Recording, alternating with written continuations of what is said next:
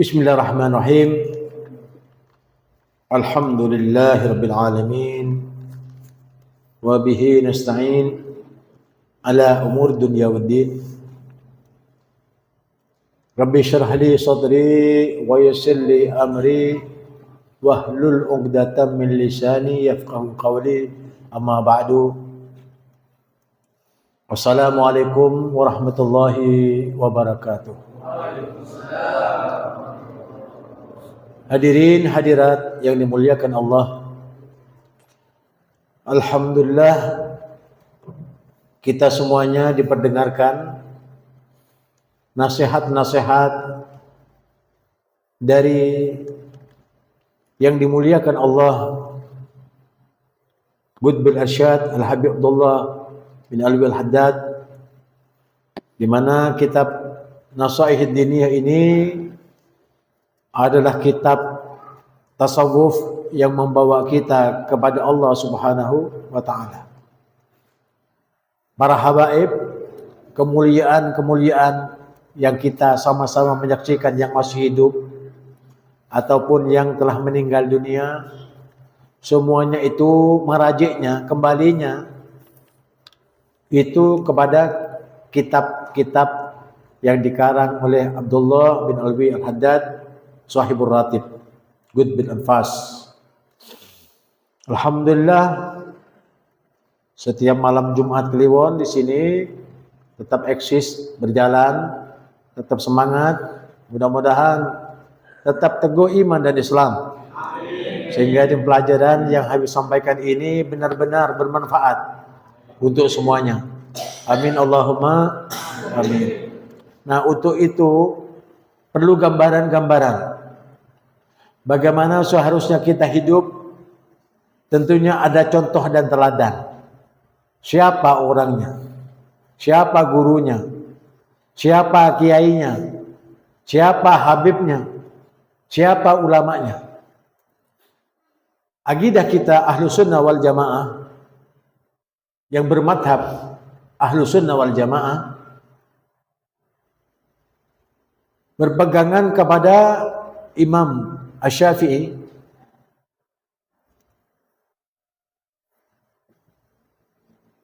Demikian juga Al-Imam Abdullah bin Al-Haddad itu berakidah Ahlus Sunnah wal Jamaah. Jadi berimamkan kepada Imam Asy-Syafi'i. Jadi Nasaihid Diniyah ini, kitab yang sangat kecil ini, tetapi ini merupakan kitab yang apabila dijabarkan menjadi Ihya Ulumuddin yang dikarang oleh Imam 4 jilid segini-segini. Jadi tidak sanggup saya membacanya, tidak sempat. Baca Nasaihid Diniyah sama dengan Ihya Ulumuddin karena isinya sama, tujuannya sama, pengertiannya sama. Bahkan jika kalian mengkaji step by step, satu persatu dari apa yang dihimbau oleh beliau Al-Imam Abdullah bin Al-Haddad untuk kita, maka satu buku ini dapat mengantar kalian kepada ketaatan kepada Allah Subhanahu wa taala dan ke surganya Allah. Kenapa? Karena isinya membawa kita untuk tetap cinta kepada Allah dengan cara mengikuti peri kehidupan Rasulullah.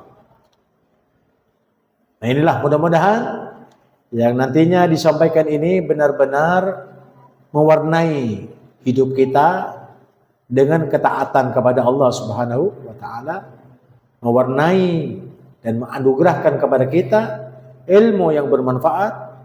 Mudah-mudahan ilmu ini mempengaruhi rezeki-rezeki kita sehingga rezeki ibadah, ubudiyah, muamalah terhadap manusia semuanya menjadi lancar. Amin Allahumma amin.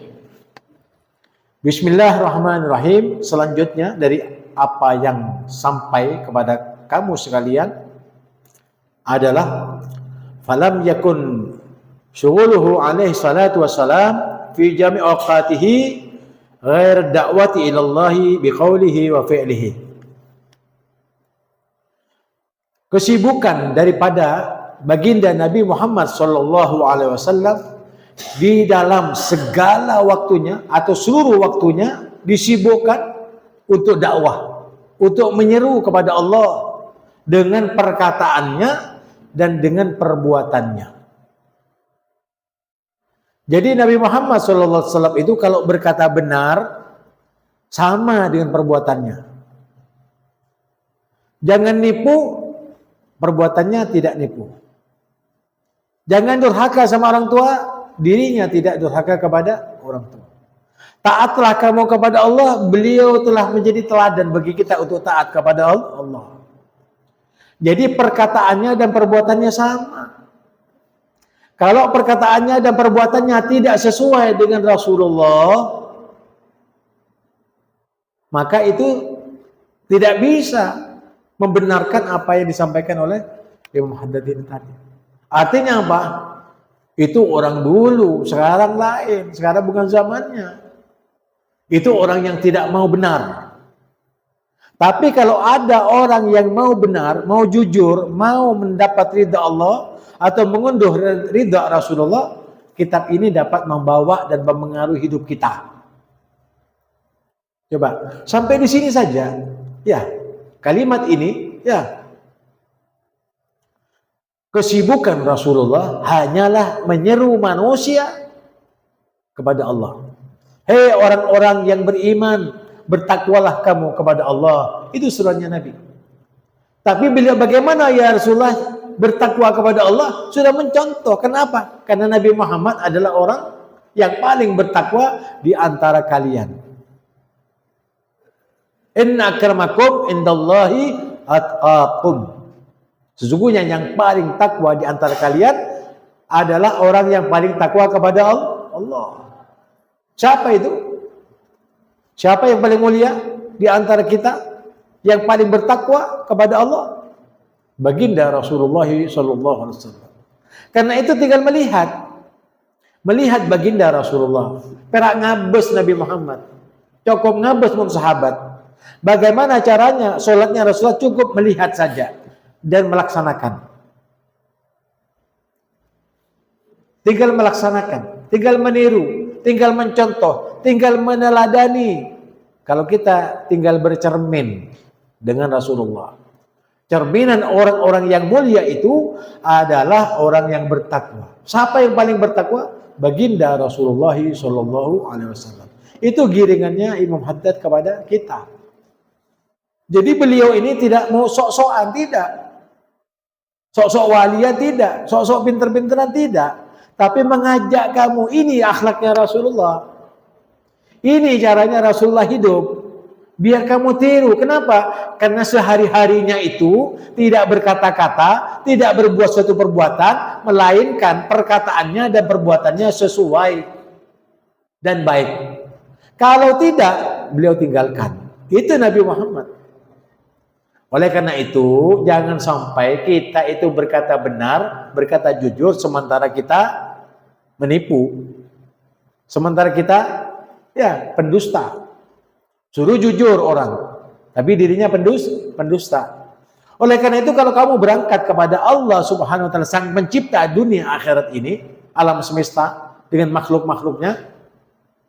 Contoh coba Allah. Pertama kali, dari mana kita tahu? Dari Nabi. Karena Al-Qur'an itu akhlaknya Nabi.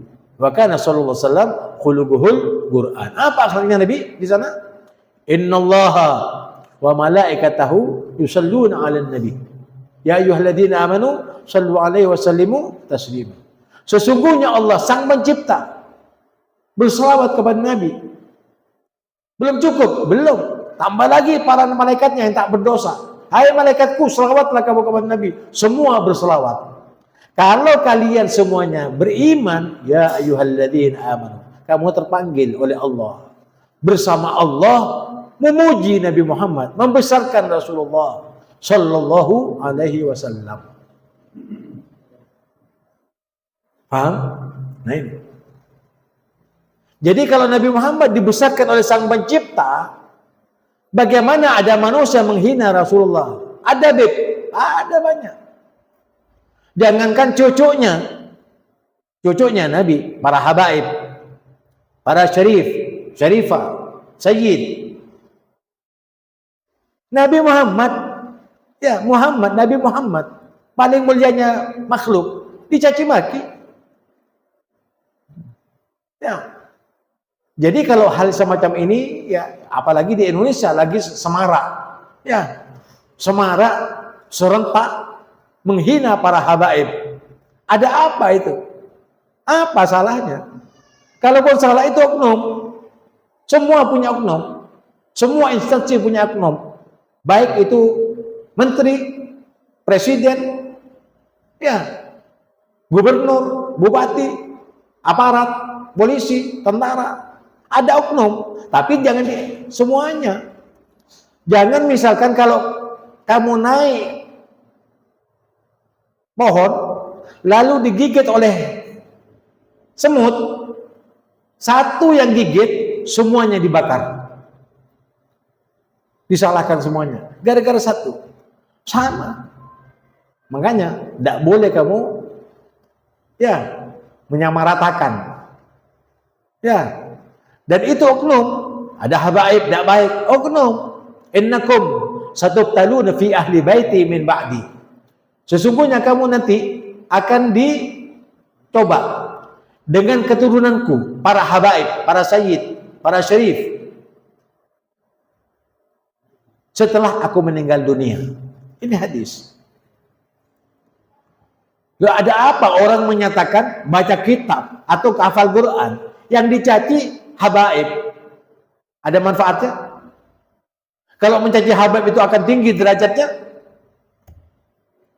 Ini suatu perkara yang tanpa akal dia berbicara. Habib saja, Habib ini. Babi itu kan najis, mughalladah.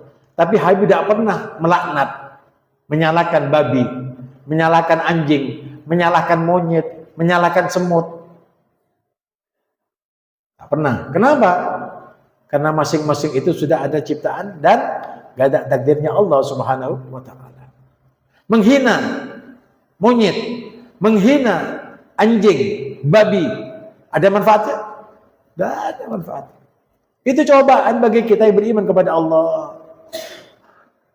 Ya, bahwa anjing dan babi itu najis, jangan dimakan, itu saja. Bukan dihina, itu ciptaan Allah. Kamu tidak bisa buat babi, tidak bisa buat anjing, tidak bisa buat monyet. Jangan dihina.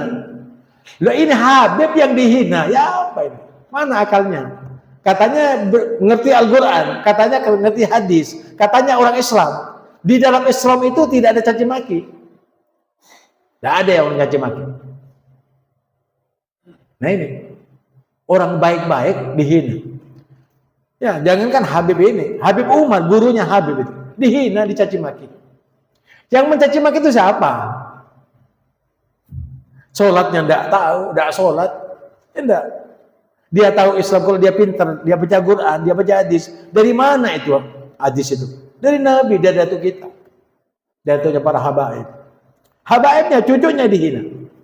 Nah, oleh karena itu Imam Hasan menyatakan pekerjaannya Nabi sehari-harinya itu perkataannya baik dan perbuatannya baik. Kalau menyuruh amal ma'ruf nahi munkar, baik semuanya. Nahi munkar itu jahat? Tidak jahat. Ya, ini kan pekerjaan saya. Biasa mencuri, biasa merampok. Oh jangan, itu bukan pekerjaan, itu perampokan, pencurian itu adalah sesuatu yang mungkar. Jangan kamu lakukan. Ya, jangan begini, jangan begini. Yang mungkar itu cegah. Kenapa? Karena kalian semuanya pantas masuk surga dengan Islam dan iman kepada Allah, karena sebab kita mengikuti dan mau bercermin kepada Rasulullah Shallallahu Alaihi Wasallam. Ini kalau pembahasan ini, ya Habib bahas, ya sampai 10 kali pertemuan tidak selesai. tentang masalah bagaimana kehidupan Rasulullah sehariannya hanya berkata yang benar dan berbuat yang saleh. Wal asri innal insana lafi khusrin. Demi masa, demi waktu yang berjalan 24 jam ini, semuanya manusia rugi kecuali illal ladzina amanu wa amilus, kecuali orang yang beriman kepada Allah, lalu iman itu ditunggangi dengan amal yang saleh, amal yang baik. Kalau cuma beriman kepada Allah yang dicaci Habib, apa gunanya caci Habib? Ya. Tidak ada gunanya. Dihina Habib, tidak ada gunanya. Tidak menjadi mulia dia. Malah di hadapan Allah dan Rasulnya, dialah yang hina. Tapi mereka tidak menyangka seperti itu. Rugi kalau tidak mencaci maki. Atau mulia kalau dia sudah bisa berani mencaci maki. Apa gunanya? Coba kamu itu ya bercermin pada dirimu sendiri. Siapa aku ini? Kenapa berani-beraninya mencaci maki keturunan Nabi? Karena keturunan Nabi sudah ada. Kenapa harus mencaci maki? Kalau kamu baik, berkatalah yang baik sehari-hariannya dan berbuatlah yang baik sesuai dengan illal ladzina amanu wa amilus shalihat.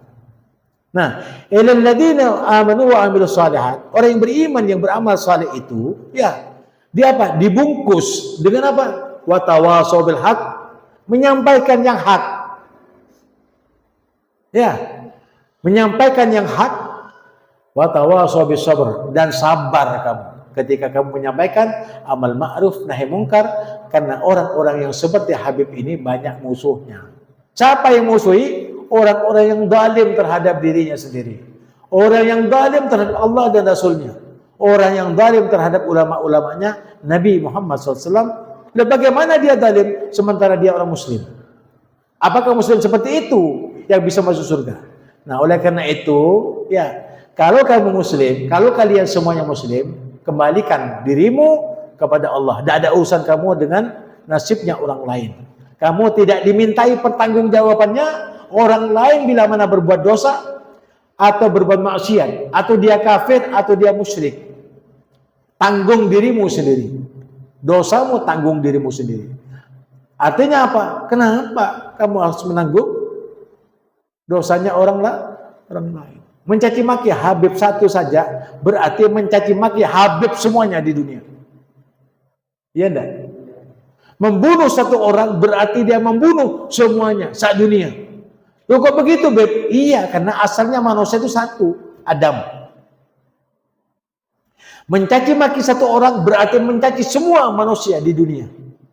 Berbuat baik kepada orang, memberi makan kepada orang, bersedekah kepada satu orang, berarti hakikatnya sama dengan bersedekah kepada ribuan manusia, jutaan manusia. Seluruhnya.